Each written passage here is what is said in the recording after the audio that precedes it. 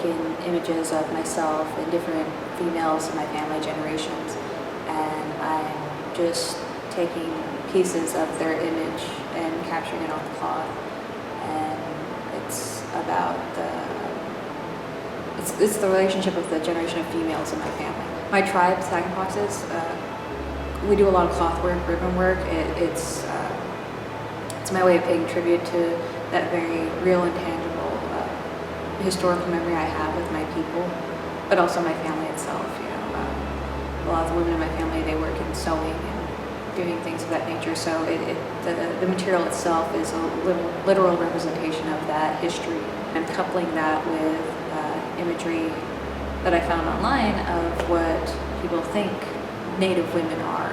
If you just Google Native American woman, you get these very obscene photos of females in headdresses and little band with a feather and things like that that are not only offensive, but they're, like I said, they're obscene, they're derogatory, they're pornographic. They're not seen as strong, confident, realistic women. The statistic of 1 in 3 Native women are raped or assaulted in their lifetime, how very real that statistic is. But that image of us being produced in the general public eye, of us being these sexualized, objectified images, it's, that gives way to those ideas being all right and those things being acceptable. And it's something that to me is so heartbreaking, especially when I think about this from my perspective as a mother.